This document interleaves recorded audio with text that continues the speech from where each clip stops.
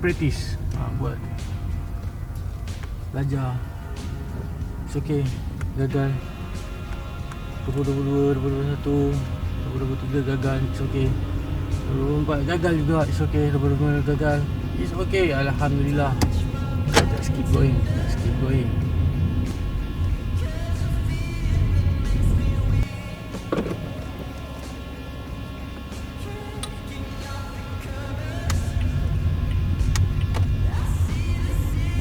Assalamualaikum guys.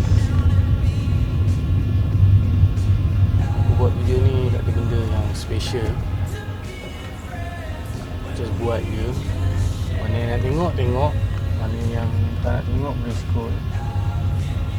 Buat video ni sebab nak challenge diri aku sendiri, buat sesuatu yang aku tak biasa buat.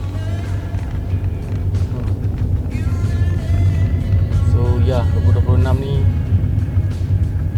nak buat benda lain. Aku harap journey ni jadi,